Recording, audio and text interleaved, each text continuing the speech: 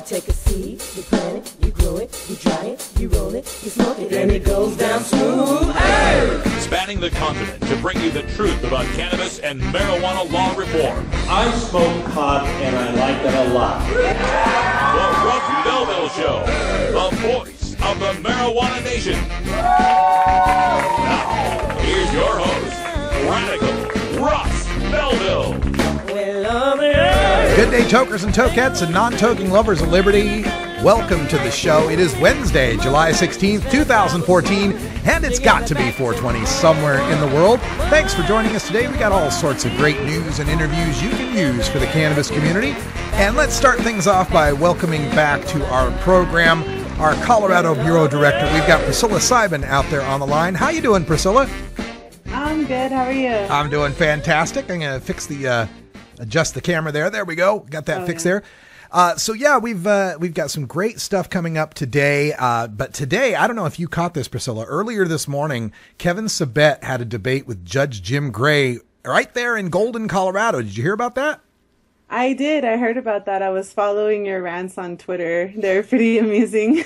Well, we'll do some of those Twitter rants in our Radical Rant today. I'm going to tell you all about debunking Kevin Sabet's latest stupid talking points. There's some new stuff that came out of his mouth this time, and I got to get that debunked as soon as possible. Stay tuned. At the end of the show, we'll cover that. And also tomorrow, we're going to have a very special edition of the Russ Belville Show. As you know, I'm flying out to Fort Lauderdale, Florida tomorrow, so I won't be able to bring you a live show. But what I did today is I recorded that whole debate, the hour-long debate, and in the hour afterwards, I went into detail debunking every single thing Kevin Sabet had to say. So if you want to know how to argue against Kevin Sabet, tomorrow is the day you want to watch the show. 2 hours at our regular time, 3 o'clock to 5 o'clock, and replaying at 6 to 8. There we go, Pacific time. You can catch the replays of that, and it'll be on the following morning on Friday as well. 4 different airings of the Kevin Sabet Jim Gray debate with my commentary afterwards. Check that out tomorrow while I'm in the air. And then on Friday, I will be in Miami Springs, Florida, bringing you a live edition of the show from Miami Springs. But on today's show, we've got more stuff to bring to you. Of course, we start with our 420 radio news. Priscilla Sabet will bring us the latest headlines that include the U.S. House of Representatives agreeing to Treasury Department guidelines on banking and marijuana businesses. Whoop, whoop. That's good news. Marijuana decrim begins tomorrow in Washington, D.C. We'll tell you all about it. Andrew Sullivan, the conservative blogger and gay rights activist, will be heading to Portland to deliver the keynote address at the International Marijuana Conference. And Illinois patients could start using medical marijuana as early as 2015. But I'll tell you about one of the catches that make it one of the stupidest rollouts of medical marijuana I've ever heard of. All of that's coming up on the news right after our first break. And then in our second segment, Behind the Headlines, turns out we got 2 high-profile SEC college football players just got popped for weed. One's a quarterback, one's a defensive back. We'll tell you all about it in the Behind the Headlines segment and what marijuana and college athletics are going to have to come to terms with as the future of legalization rolls out. And then at the 30 after segment, the half past segment, Ladies of Legalization segment, we're going to go back to the archives and show you interviews with 3 women who are fighting hard for marijuana legalization. Dr. Uma Dhanabalan, MD, and Sharon Ravert. We videoed them at the Georgia State Capitol last February. We'll show you that. Plus, we've got an interview with Diane Goldstein from LEAP, Law Enforcement Against Prohibition. She's a board member and a former lieutenant commander at the Redondo Beach Police Department. We interviewed her at the Los Angeles Cannabis Cup. We'll bring that to you as well. Plus, we got Toker Talk Radio in hour 2, where you are the voice of the marijuana nation. We'll take your calls at 971-533-7111. Stick around. Priscilla and the News is next.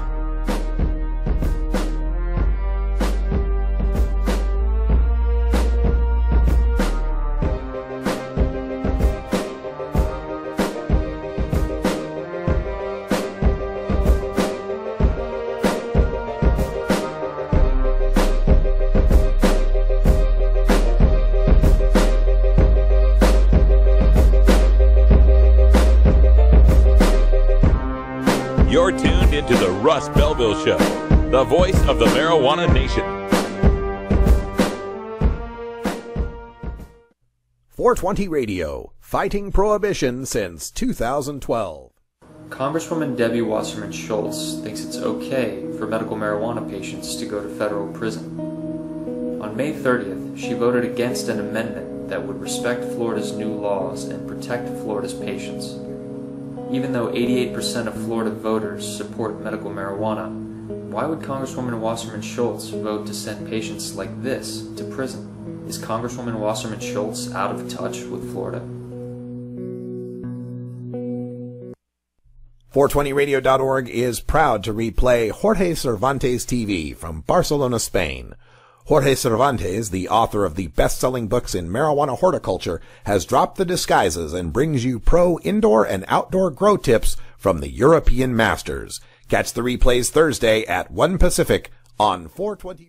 I don't use marijuana, but as a teacher of 36 years, I can tell you lots of other people use it. I don't believe in prohibition. I don't think it works. Prohibiting it hasn't stopped anybody from getting a hold of it. I would like to see it regulated so that maybe kids can't get a hold of it so easily. I know they get a hold of it now very easily. I support a new approach to marijuana. I support legalizing it. It's with us. It's not going to go away. And if we can get money through the taxation, we can also educate our kids about it. That's why I support it.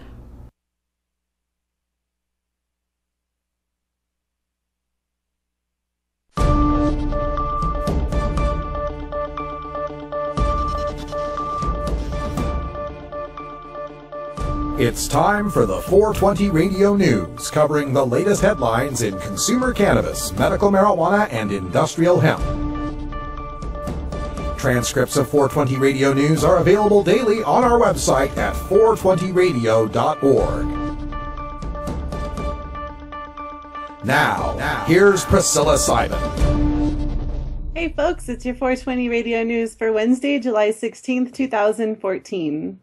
So the U.S. House of Representatives voted 236 to 186 today to approve Treasury Department guidelines to allow banks to do business with legal marijuana businesses. Woo woo! Lawmakers rejected a move by Representative John Fleming, Republican of Louisiana, to block the Treasury Department from implementing guidance it issued in February telling banks how to report on their dealings with marijuana-related businesses without running afoul of federal money laundering laws. Quote, they are operating just in cash, which creates its own potential for crime, robbery, assault, and battery, end quote, said Representative Earl Perlmutter, Democrat of Colorado, whose state has legalized recreational pot use. Quote, you cannot track the money, there is skimming and tax evasion, so the guidance by the Justice Department and the guidance by the Treasury Department is to bring this all into the open, end quote. The vote is largely symbolic since Treasury already had gone ahead with the guidance, but it demonstrates a loosening of anti-marijuana sentiment on Capitol Hill. A coalition of 46, mostly GOP moderates and libertarian-tilting Republicans joined with all but 7 Democrats to beat back Fleming's attempts to block Treasury guidance. Well, this may merely be symbolic, but it's one hell of a symbol. Let me tell you, the U.S. House saying that, yeah, marijuana money, it ought to be deposited into bank accounts. They ought to be able to get loans. They ought to be able to have credit. You know, they ought to be able to work like any other business. And I've said for a long time, man, that Republicans are going to latch onto this issue. And so far, it's just kind of that edge, you know, those libertarians and the moderates. And, you know, it's nice to see your representative, Earl Perlmutter, making these points, Priscilla. Yeah, I agree. And really, you know, everything is a legit business, so we need to just operate like legit businesses. Yeah, and so we got 46 Republicans who joined all the Democrats but 7. I want to know who these 7 Democrats were that thought it was better that the marijuana industry be all cash. Let's find out who those guys are. Maybe we can run some commercials against them. This is going to be a much more important issue. And when we roll around to 2016 and the 2016 presidential race, believe me, marijuana legalization is going to be a huge issue for whoever the Democrats and Republicans put up there to run for president. We'll already have 4 states with legalization. We'll have more than half of the United States with medical marijuana. They won't be able to avoid this issue any longer. Nope. Marijuana decriminalization begins tomorrow in Washington, D.C. with a mere $25 fine for possession of up to 1 ounce. At midnight, the 60-day congressional review period on D.C.'s law expires, and decriminalization will radically change how police deal with citizens. Under new orders set to take effect Thursday, police can no longer take action upon simply smelling the odor of marijuana, nor can they demand that a person found in possession of up to 1 ounce produce identification. An attempt by Representative Andy Harris of Maryland to attach an amendment forbidding the district from implementing the decriminalization law was soundly criticized by the Obama administration yesterday, noting how that it would prevent police from writing the decrim tickets and prevent courts from enforcing the $25 fine. Yeah, you got to love Andy Harris's attempt to try to block this. You can't spend any money on it. All right, well, I guess we can't write any tickets then, can we? Oh, wait. Didn't really think that one through, Andy, did you? Well, this is good news. We got this is going to be the lowest fine for possession that exists. I mean, lower than the 0 that exists in Washington and Colorado. Other than that, right? Other than it being legal. But as far as decrim states go, it's usually like $100 fine, $200 fine, you know. $25, that's a great fine. And why they came up with that is they pointed out that the people on the street that are getting harassed and busted for possession of marijuana are usually the people who can't afford it. They're usually poor people. If they were rich, they'd stay inside and smoke their weed, right? They wouldn't go out on the stoop. They wouldn't go out in the park or whatever. So it's good that they've got this low ticket amount. It's great that this decrim is going into an effect. And I hope people understand, you know, sometimes when the baby steps are happening, we get frustrated. You know, we think it should be all legal as much as we want and all that, and we'll get there. But understand the impact of even just this little decrim of 1 ounce. Cops can't mess around with you if they smell pot. That's the number one way cops mess with pot people these days is they smell some. So when you take that out of their little toolbox, that takes away a lot of the harassment that marijuana consumers have to face. We saw this in Massachusetts. It's not legal in Massachusetts, but it's decriminalized, and their Supreme Judicial Court just decided that the mere smell of marijuana, burnt or unburnt marijuana, doesn't matter. Burnt marijuana smoke or, you know, fresh marijuana buds, doesn't matter. That is not probable cause to initiate searches against marijuana consumers. So never underestimate how big these baby steps can actually be.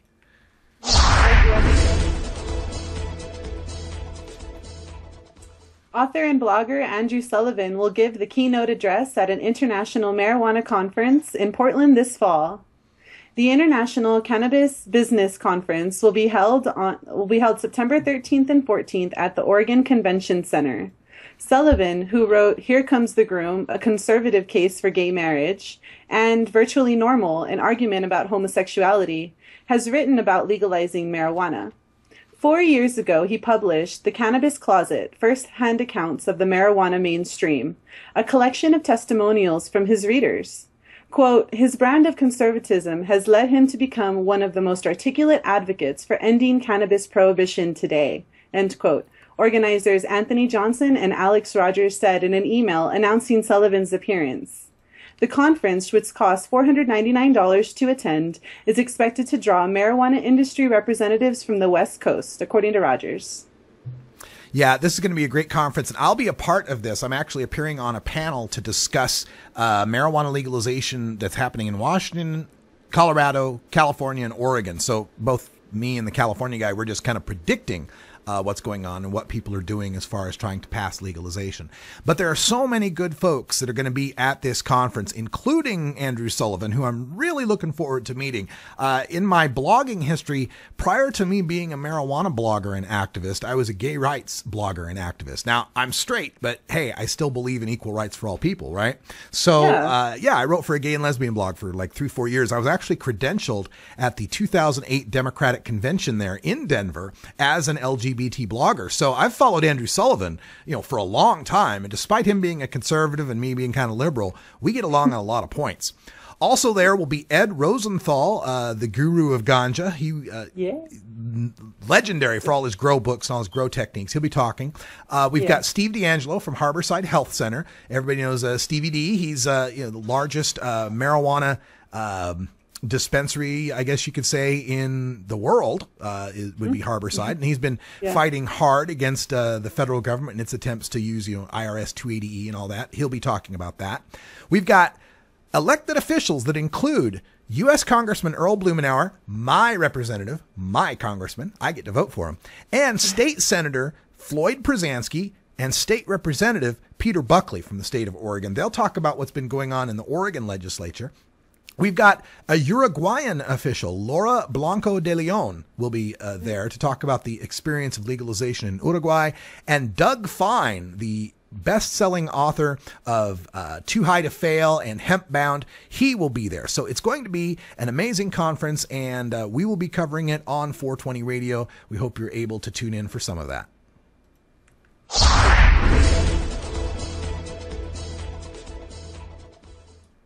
Illinois patients could start using medical marijuana in early 2015. On Tuesday, lawmakers who make up the obscure but powerful Joint Committee on Administrative Rules are meeting in Chicago to discuss the rules that would implement the Illinois medical cannabis pilot program. If the committee has no objections, the rules can officially be put to use in the process to begin registering the patients. The process to begin registering patients, dispensers, and growers can begin. Oh, sorry. I'm so important right now. I'm getting a call. Holy cow. Well, wow. This happens to the best of us. I totally understand. But this. All right, let me finish. Sorry. Okay. Patients who are approved by the state are expected to be able to start using medical marijuana early next year, said Bob Morgan, the state's medical marijuana program coordinator and a lawyer for the Illinois Department of Public Health. People with debilitating medical conditions seeking to use medical marijuana will be able to apply for a registry identification card beginning in September, Morgan said, though the application process will be staggered. Patients with last names starting A through L will start applying in September, while those with names beginning M through Z must wait until November. Now, this is the part that I've got a big problem with. What are these people, medical marijuana patients or college freshmen? Doesn't it sound like enrollment in college, right? A through L, go over there, M through Z. Look, if people are sick, we shouldn't be discriminating against them based on what their surname might have to be, right? Yeah, I mean, first come, first serve. I mean, we're not trying to hand out lockers, too. Exactly, right? Imagine you're a guy who's got cancer and 2 months to live, but your name McDonald. Sorry, you don't get your medical cannabis. That's just insane. It makes no sense whatsoever, and it's really sad that it's come to that. Yeah. All right, I've got another story here that I was able to pick up off the lines before we went to post today, so it wasn't included for your script, unfortunately. But I did get this story that's coming off of 538.com, and this is the website where they do a lot of data crunching on politics. And I thought this was interesting to our audience, so I wanted to bring it up. The writer points out that the demand for marijuana, he's trying to estimate what is American demand for marijuana. People that use less than once per month would make up 6.5 million users that he wants to call occasional users. That there'd be people that use 1 to 20 times a month. Those would be 4.5 million regular users. And then people that use 20 times a month or more, those would be your 7.1 million heavy users of cannabis. And then using this, he tries to do some calculations to find out how many marijuana transactions and how much marijuana would be consumed in America. He says about 4.5 million people buy weed once a month, 7.1 million people buy weed twice a month. This comes out to 18.7 million professional marijuana transactions per month in the United States. Let's guess that a full-time pot dealer works every day, 8 hours a day, and can make one transaction per hour. Right. The dealer who deals with you within the hour. But anyway, that comes out to about 240 sales per month per pot dealer. There's a lot of liability for error in this estimate. The pace seems a bit speedy for a pot dealer. And it also assumes pot dealers don't run out of marijuana, but we're in the right order of magnitude with a couple hundred drug sales per month. He says with 18.7 million marijuana transactions per month and 240 transactions per dealer, Division says we'd need 77,917 pot dealers to satisfy demand. He says this seems reasonable and a little less than the number of employed real estate brokers. So, the estimate coming out of 538.com, 18.7 million transactions and a possible 78,000 marijuana dealers in the United States. That's 78,000 jobs that could be created here in the United States. Yep.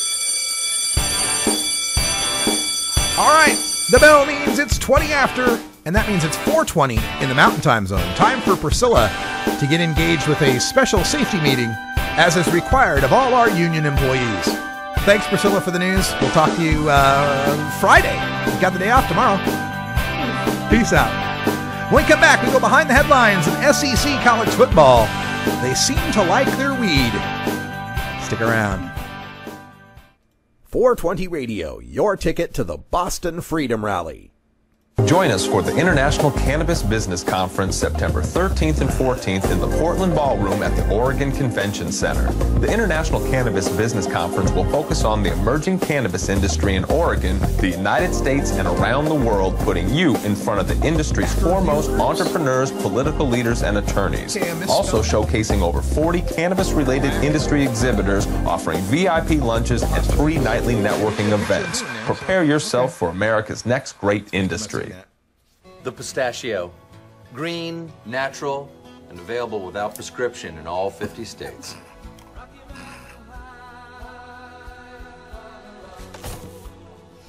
He's fine.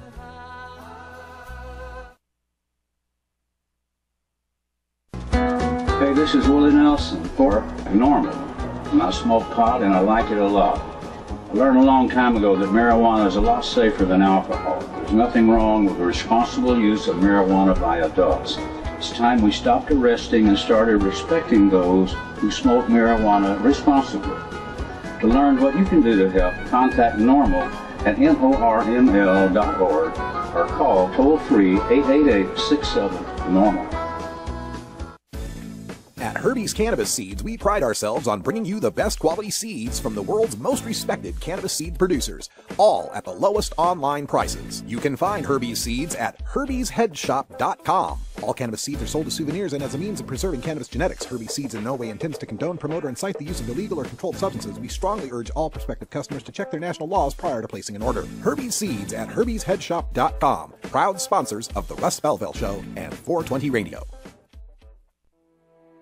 Are you a hypocrite? If you live a closeted cannabis lifestyle, you are.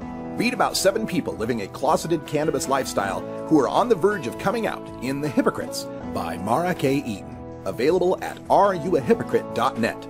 You can purchase the book on Amazon and Barnes & Noble, also available on iTunes. Check out Mara K. Eaton on Facebook as well. Learn more at areyouahypocrite.net.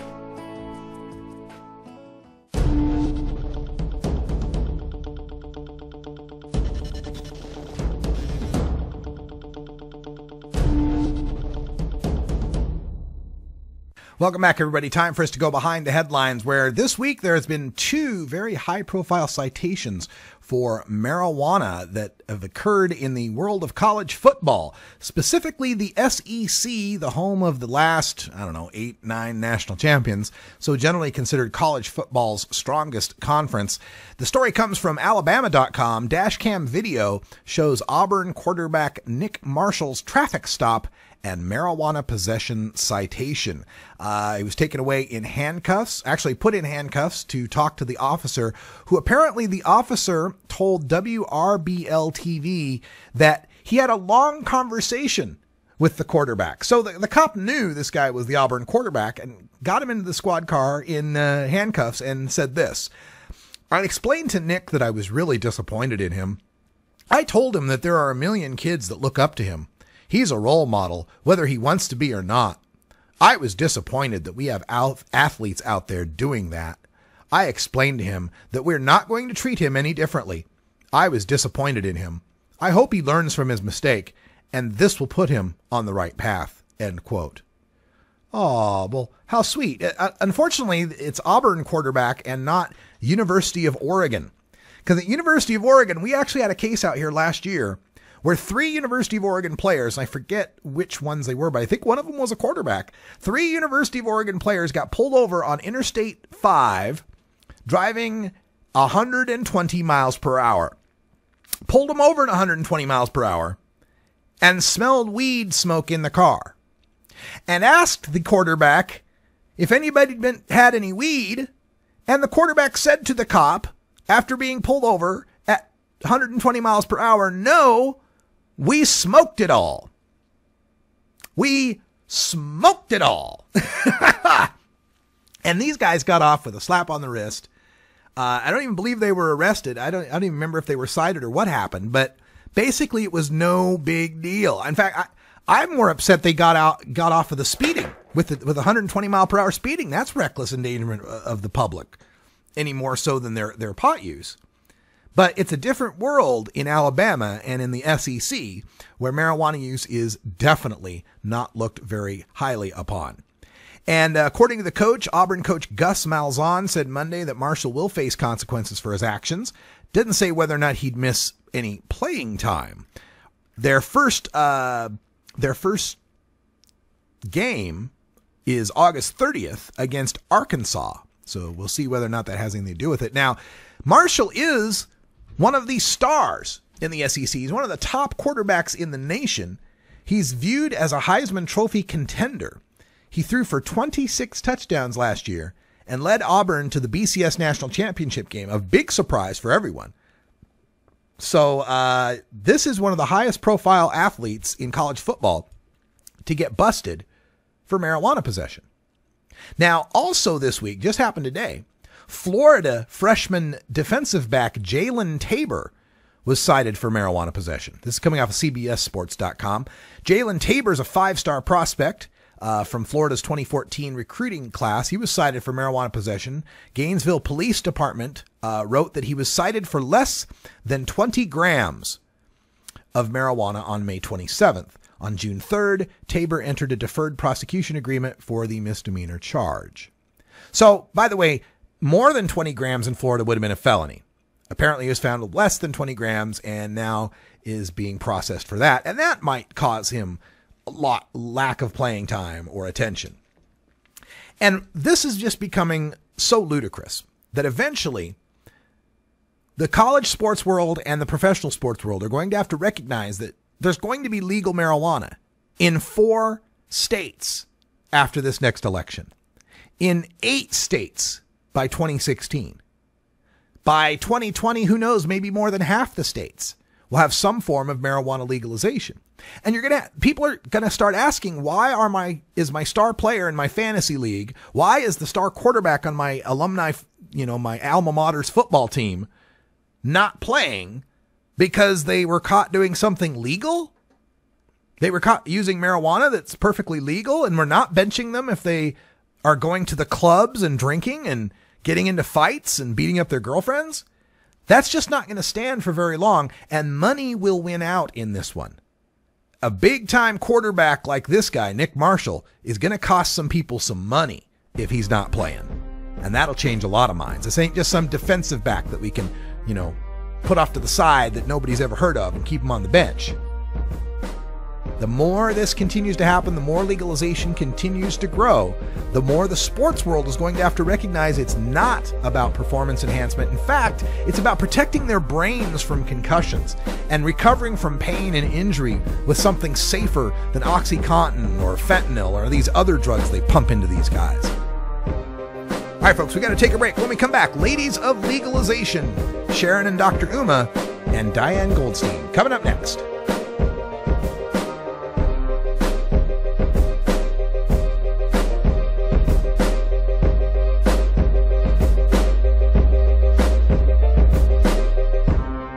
You're tuned into the Russ Belville Show, the voice of the marijuana nation. 420 Radio, freeing your mind 24 hours a day. The law offices of Omar Figueroa would like to remind you to stand up for your rights. If you are detained or arrested, treat law enforcement with respect and stand up for your rights by repeating, "I respectfully invoke all of my legal and constitutional rights. I do not consent to any search and seizure. I want to remain silent, and I want to speak with my attorney." Please contact the law offices of Omar Figueroa at 415-489-0420 or 707-829-0215 or on the web at omarfigueroa.com. The Marijuana Business Association, or MJBA, are proud sponsors of the Russ Belville Show.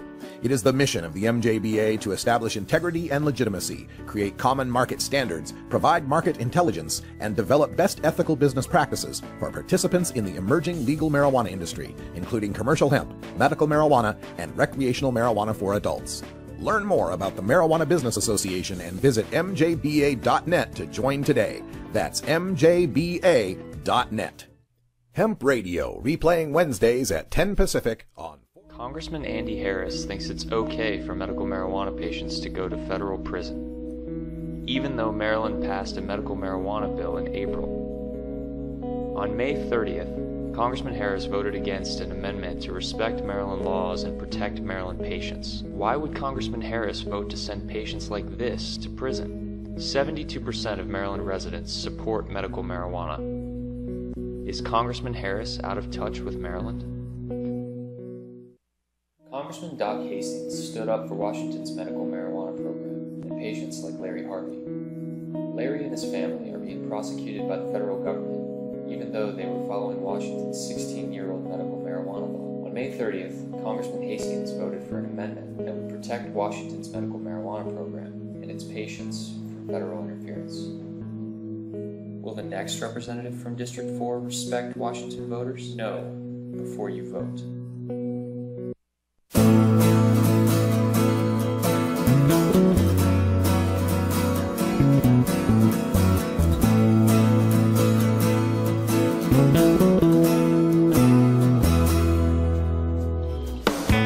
In 1929, Pauline Sabet began the women's movement to end alcohol prohibition. 4 years later, the 21st Amendment was passed. Women are crucial to ending adult marijuana prohibition, and we celebrate women's marijuana activism in a segment we call Ladies of Legalization. All right, vote. All right, we're going to go back to the archives for these. Enjoy. Hey, Radical Russ here at the Georgia State Capitol. We're in front of the office of Governor Nathan Beal, and I'm here with Sharon Ravert, the Executive Director of Peachtree Normal, with a very special guest to introduce to campus community. Take it away, Sharon. Dr. Uma, say your last name. Dhanabalan is here, and she is going to be talking to our legislators in Georgia about how we need to expand CBD oil to further include other people in the medical marijuana bill in Georgia. And that's what we're here doing today. She came to us from Washington State. She's a cannabis therapeutic specialist. She is an MD, and I will let her say a few words to the listening audience. Good afternoon, everybody. It's a pleasure, and thank you very much, Sharon, for this invitation. It's truly a pleasure to be able to be in front of the legislative people and explain and hopefully expand what cannabis can be used for. As many of you know, cannabis has been around for thousands of years. We are now trying to get it as a medical marijuana use, hopefully toward everybody in the nation. Right now, we have 20 states and District of Columbia where medical marijuana laws are, and we are really expanding right here in Georgia. Thank you very much.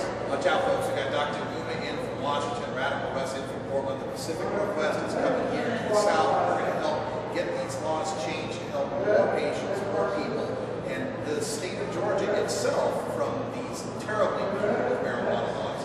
Sharon, part of doing that. Check out peachtreenormal.org and make a donation of support today. Your dollars will go further than you could ever imagine. But 2 years ago, they couldn't even say marijuana in this bill, right? Exactly. In 2 years, here we are trying to pass a medical marijuana bill, and it didn't cost a whole lot of money. If you got it, send it in. Thank you, Sharon. Thank you, Dr. It's such a pleasure to meet you. Just want to leave you guys off with the word that cannabis is not the entrance drug. It is truly the exit drug for pharmaceuticals in our pockets. Absolutely right. Got me on the exit. Thank you so much. Thank you.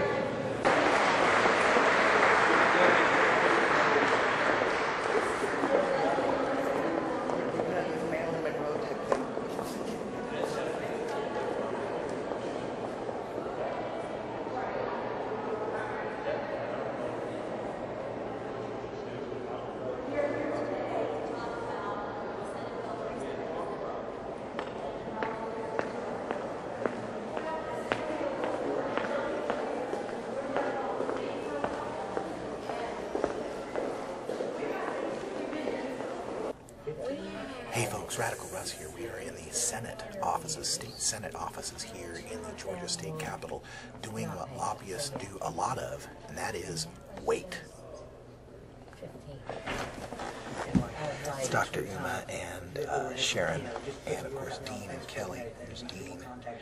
Kelly's to the other side of me, and we are sitting here waiting at one of the senator's offices. We have a meeting with him to discuss expanding medical marijuana here in the state of Georgia. So stay tuned. I mean, how many are out there? And these were all children. We're educated in what areas?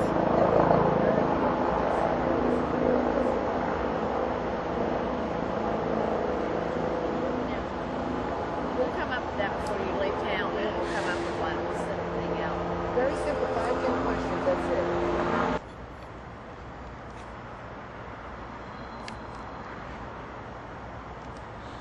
All right, we're at the statue of Jimmy Carter here at the Georgia State Capitol, and Sharon and Dr. Uma have just spoken. Who did you speak with, the state senator? Senator Kurt Thompson. Kurt Thompson. How did he respond to your requests? He gave us 5 minutes to start with, and I think we were in there for about 45. So things went really well. He's very open to the discussion, and he asked Dr. Uma here a lot of questions. Got her card, and we're hoping that he will utilize her services and her knowledge. Dr. Uma, what did you get to tell him? I was very fortunate and very happy we had the time to talk with him. He was very open and did not rush us, and actually gave us points to ponder on how to get his other colleagues to be educated, and hopefully we will plan to have a survey out so we can see what their knowledge is right now and what we can do to educate them. And we will go forward with this a little bit at a time. Excellent work. This is lobbying. This is grassroots activism at its best. Dr. Uma and Sharon working here at the Georgia State Capitol, working right there below Jimmy Carter, who actually brought medical marijuana to Georgia. And you guys have gotten a CBD bill that's been gone through. Did you talk a little bit about that and why patients need more than just CBD? Yes, we did. We talked about that. I think there again, more education needs to be brought about, but it is a starting point, so hopefully much more will come, and I think we will see a lot more information within the next year and more bills that will be promoting not just medical cannabis, but also decriminalization and hopefully legalization and remove this prohibition on cannabis. Excellent. Sharon, if folks want to help out Peachtree Normal, give them some contact info. Okay, you can reach us at www.peachtreenormal.org.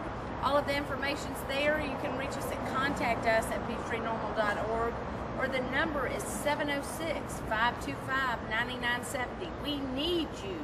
Get involved. That's right, folks. If they can do it in Georgia, you can do it wherever you're at. ContactNormal.org if you'd like to start a chapter. You just need 5 people to get involved. You can do just like Sharon did and make waves at your state house. From the Atlanta State Capitol, I'm Radical Russ. That's Sharon and Dr. Uma. We'll see you later. Thank you. Well, Diane Goldstein, of course, is a member of the LEAP Board of Directors, Law Enforcement Against Prohibition, former law enforcement yourself from Redondo Beach, if I'm not mistaken. Correct. Right. And this year, I mean, just this past year has been amazing as far as the changes that are going on. I hope you got to see Representative Cohen and Representative Blumenauer going off on the drug czar. Rock stars. How does it feel now? Because you've been involved in this for a while. I mean, just feels like the tide's turned. You know what? I think that law enforcement is startling to recognize that they're at the turning point. And I think outside of the mainstream professional organizations, you're seeing some very interesting things. Number one is what happened to Botticelli, the deputy director, what's happened to Miss Lenhart in the past. Oh, yeah. Is law enforcement has got to start evolving, and we're doing it in some really interesting ways that are outside of like the International Association of Chiefs of Police or the California Narcs or, you know, the California Chiefs, where you have now proof. The implementation of Colorado is classic. First day, you know, first week, 5 million sold, didn't see a single solitary kid in line. Right. Doesn't that show you that the system can work? There were no shootings. There were no, if there would have been drunk drivers or accidents that occurred in that week, we would know about it already because law enforcement would be waving that flag. Oh, yeah. And so Washington's going to successfully implement in that fashion. And then this year, I think, Oregon, Alaska, California, we'll see if anything makes it on the ballot. But if something did, then we would have virtually the whole entire West Coast legal. Yeah.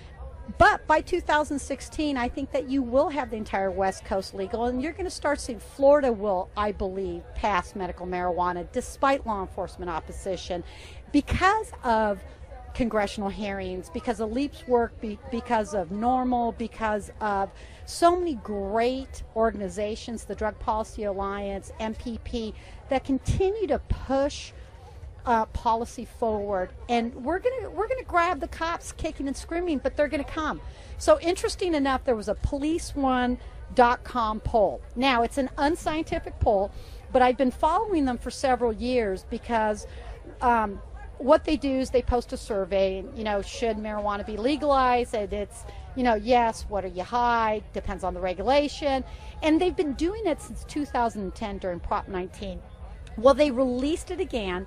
And you saw from the 2011 to the 2013 when they did it, there's been a significant shift in points, even in an unscientific survey, like by 10 points. Yeah. So it went from like 42% who supported the legalization of marijuana on Police One to 55 with soft yeses depending on the regulatory process.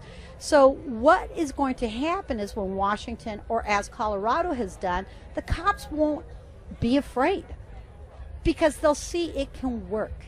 And I think that's one of the things that is significantly important, that we need to continue to push policy that's based on science, best practice, and evidence. And then down the road, we're going to look back and go, why was marijuana ever illegal? We certainly hope so.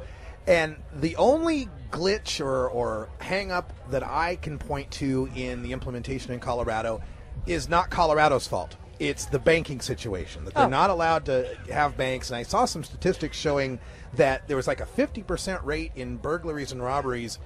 They have something like 347 licenses in Denver, and 317 of the licensees reported having being robbed or burgled. And that's frightening to me. But again, that's the situation of having so much cash around and nowhere to deposit it. That's the whole issue of prohibition. But I think that's even going to change, and what I'm hoping is that if Eric Holder really is true to his word, that we're going to see some banking regulation that will make the banks comfortable enough to do it. But I think it actually is going to go to the bigger issue, which is we need to deschedule cannabis, period, simple, end of story.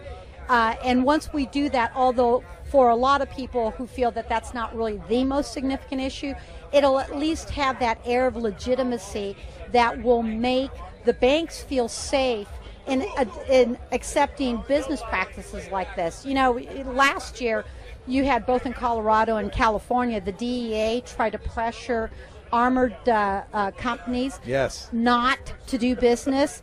And I wrote a Huffington Post blog that basically said, how bad do you have to be in law enforcement? How unethical that you would encourage crime in your communities. And part of that is, I think that the big problem with the DEA is they're not local community cops. They're not accountable to the community. They have no stake in serving their community because they quite frankly at this point are just the big bullies on the block. We're speaking with Diane Goldstein, a board member from Law Enforcement Against Prohibition, and while this is a cannabis cup, we're talking about legalization. Law Enforcement Against Prohibition is about legalization, period. All drugs, end prohibition. This last week we had the tragic death of Philip Seymour Hoffman from a heroin overdose, and that brings that issue to the fore and makes people think about, we could legalize weed, but gosh, legalizing heroin, would we really want to do that? kind of walk people through why we can't stop at cannabis. Sure. It's very simple. What you have to start looking at with regard to drug policy in its entirety is we as Americans need to accept that there are going to be people that are addicted to substances, whether it's heroin or whether it's methamphetamine or Ritalin or opiates. Okay, alcohol, it goes across everything.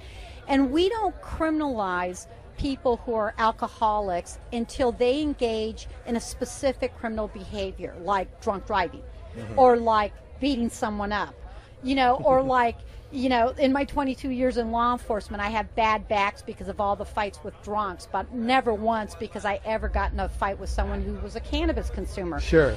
But what happens is the more we criminalize, the less resources we have to actually deal with the public health issues that actually occur because of drug addictions.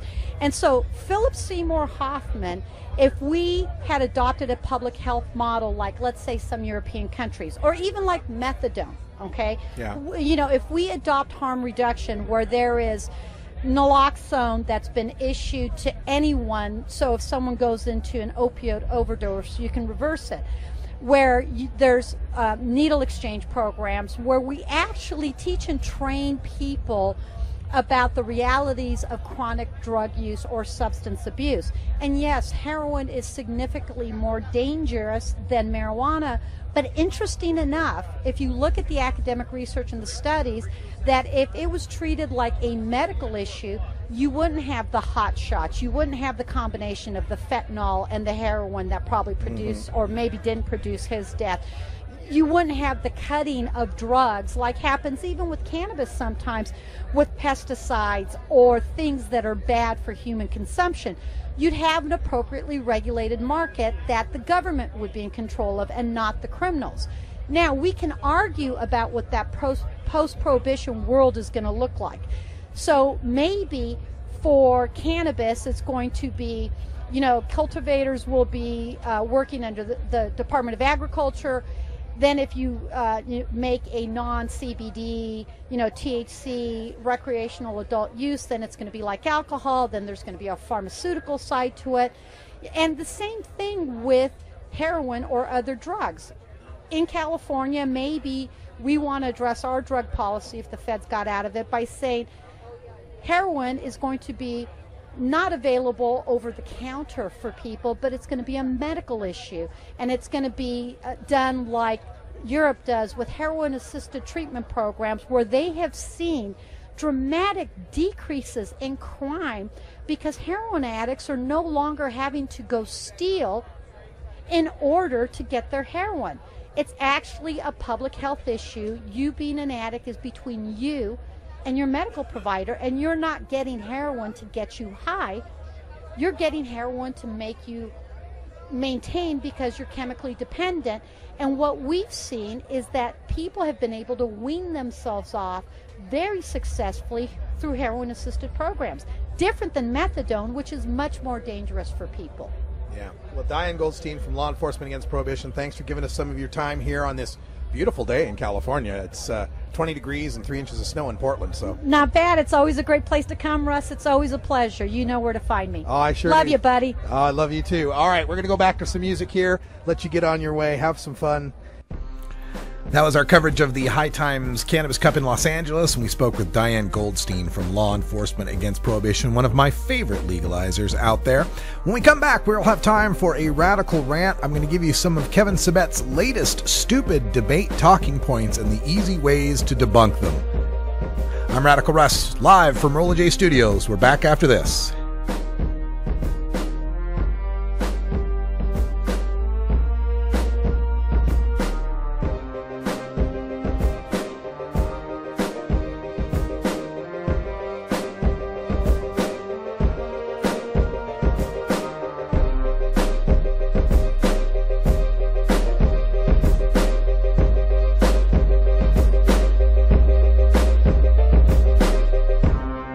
You're tuned into the Russ Belville Show, the voice of the marijuana nation. 420 Radio, your ticket to Seattle Hemp Fest. Growing plants indoors can be a rewarding hobby, but electricity bills can go through the roof. Then you have to cool down all those big hot lights. It can drive a grower insane. With Lush LED lighting, you can solve many of these issues and double your rewards. Matt and his scientists have developed the perfect light for flowering plants with far less cost and heat. And the results? Very effective. Check out LushLEDlighting.com right now and tell them Radical Russ sent you.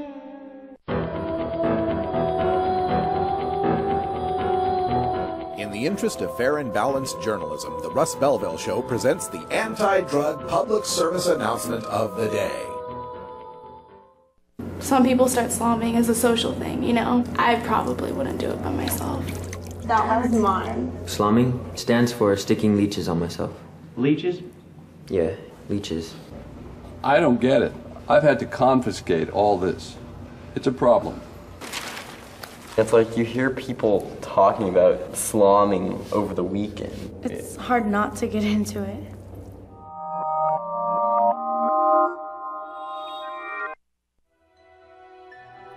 This has been the anti-drug public service announcement of the day. To cure this sort of reefer madness, listen to the Russ Belville Show every weekday on 420radio.org. When you are starting up a medical cannabis business, you want a fired-up lawyer who understands the needs of cannabis consumers. The law office of Lauren Vasquez is your fired-up lawyer for the cannabis industry. Visit her website, fireduplawyer.com, or call 1-855-MMJ-LAWS for more information. That's 855-665-5297 for Lauren Vasquez, your fired-up lawyer, or email fireduplawyer@gmail.com. You can't handle the truth. Entirely legitimate topic for debate. You have offended my family. Hey, this is great, man. And you have offended a Shaolin temple. One major responsibility is to encourage people to use less drugs. I know nothing. I support a change in law to end federal criminal penalties for possession of up to 1 ounce of marijuana. We don't need no stinking budget. Homosexuality, immorality in general. How in the century you have slurred the meaning of the words we, the people. Be warned, this is not your mother's marijuana. You could ask yourself a question. Do I feel lucky? Or do you, punk? I want to ask you a bunch of questions. I want to have them answered immediately. Surely you can't be serious. I am serious. And don't call me Shirley. Radical Rant. Welcome back, everybody. 52 after the hour. Excuse me. Wrong clock. Watching the Kevin Sabet debate today against Judge Jim Gray, I was prepared for a lot of the things he was going to say, but he came up with some new things since legalization has happened. He's had to pivot his arguments somewhat because the scary propositions of the bad things that would happen after you legalize aren't so scary anymore now that the bad things haven't happened. But there was one theme that ran through a lot of what he talked about, his number one theme, which is it'll create a new big tobacco, a predatory industry like big tobacco that'll go after our kids, it'll addict our kids and create lifelong addicts. And I think where Kevin Sabet is ultimately losing this argument is that it's too late for that argument to be scary. There are enough people now that have smoked marijuana who know someone who smokes marijuana or have at least just seen marijuana being legalized in Washington and Colorado to be really frightened about it anymore. When Kevin Sabet talks about these industries creating lifelong addicts, I think Kevin Sabet is intending the word addict to be this big millstone around our neck, right? To weigh us down because we'd be addicts. And I think that most people out there are sophisticated enough now on the marijuana issue to understand that even if someone was a marijuana addict, they ain't a heroin addict. They're not a coke addict. They're not a meth addict. They're not an alcoholic. They're not a cigarette smoker. I think people are beginning to understand, and we see it through the polls now, where 3 out of 4 people polled now agree with President Obama that marijuana is no more harmful than alcohol, right? Less than or equal to. And then 25% of the people think that marijuana is safer than alcohol. Less than, right?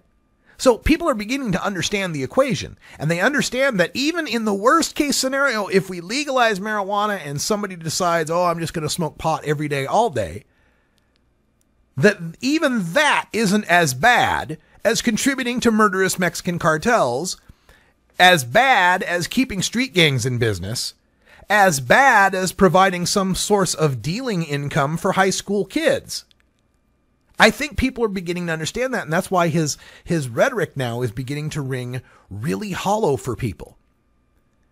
When he tries to bring out the Sabet conjecture, that's the same old thing that he's done before. We know from alcohol and tobacco, for every $1 we bring in taxes, there's $10 in social costs. He didn't spend a whole lot of time on that one because now people can go, well, wait a minute. Didn't I read in a paper the other day that they've made like $30 million in taxes in Colorado? So 30 million times 10 would mean there's $300 million in social costs, and nobody believes that. Nobody is seeing mass social cost going on in Colorado. What they are seeing is a decline in police and court prosecutions for marijuana that have declined from around 800 a month to about 100, 150 a month. And all the court time that's saving, all the police time that's saving.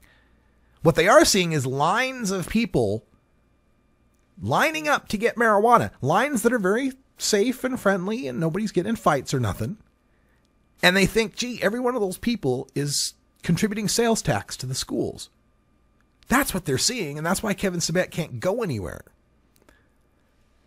Another thing he tried to go to, the cartels. He tries to paint a straw man argument of, well, they say legalization will end the cartels, but the cartels will still be there. They'll be doing human trafficking and selling coke and meth and heroin. To who? Who they gonna sell it to, right? People that smoke marijuana, by and large, aren't heroin, coke, or meth users. The only interface they have with heroin, coke, or meth is the illegal market, where that's also sold. There's a reason why they don't call tequila a gateway drug. It's because it's not on the shelves next to cocaine. Okay? So we take marijuana away from that market. We found that in the Netherlands. We took marijuana and mushrooms out of the hard drug market, out of one illegal market, and put them into a semi-tolerated market, that the use of the hard drugs went down. So these are some things that he had to say that were pretty familiar. I've heard him before, but he had one thing to say. That, they say even a stopped clock is right twice a day. Even the sun shines on a dog's ass sometimes, right? You've heard those sayings. Kevin Sabet said something I agree with and wholeheartedly support. He said, quote, "We're never going to have a .08 standard for marijuana." And came out to agree that there should be there shouldn't be a .08 per se standard. Came out to agree that marijuana's the way it's metabolized is different than alcohol. So, thank you. Kevin Sabet is against per se driving standards for marijuana impairment. That's a positive note. Of course, the cartels aren't going to go away. They're criminals. Criminals do crime. That's their gig. The question is, why do we give the marijuana market to criminals when Americans who will obey laws are more than willing to do so? And the final thing he said, a similar kind of thing, he says, the black market won't go away because kids under 21, they'll still go to the black market, and people that want over 20% buds, if those are banned, they'll go to the black market, and people who want concentrates, if those are banned, they'll go to the black market. So the argument is, if the black market can't completely be eradicated, it should all be black market. Does that make any sense to anybody? If you want to see just how silly it was for your own damn self, check out tomorrow's show. I'll be on an airplane flying to Fort Lauderdale, but I recorded a show for tomorrow. The first hour is the debate itself. The second hour is me critiquing the debate. I think you'll really enjoy it. That's all the time we got for Hour 1. Stay tuned for Hour 2, Toker Talk Radio. We'll take your calls at 971-533-7111, where you are the voice of the Marijuana Nation. We got some news from High Times and Sirius XM Radio we'll be talking about, and taking a look at my position on the Oregon DAs that's getting a lot of play.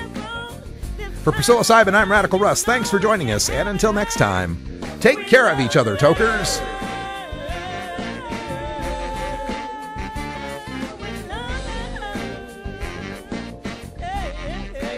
This is the Russ Belville Show.